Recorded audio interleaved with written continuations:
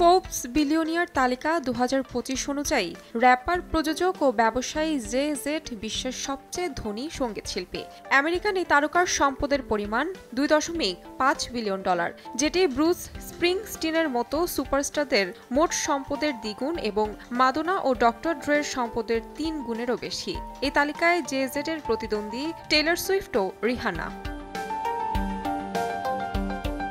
1980-র দশকের শেষের দিকে জে-জেড তার সঙ্গীত ক্যারিয়ার শুরু করেছিলেন, তবে মূলধারায় সাফল্য অর্জন করেন 1990-এর দশকের মাঝামাঝি সময়ে।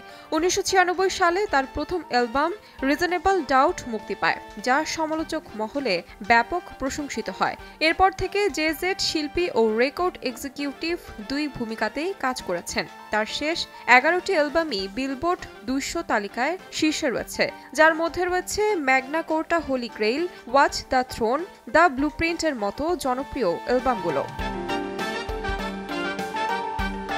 সঙ্গীত ও প্রযোজনার পাশাপাশি 55 বছর বয়সী এই তারকার রয়েছে নিজস্ব একটি পোশাক ব্র্যান্ড, বিলাসবহুল বার চেইন এবং একটি চেক কোম্পানি। তাহমিনা তন্নি, সময় সংবাদ।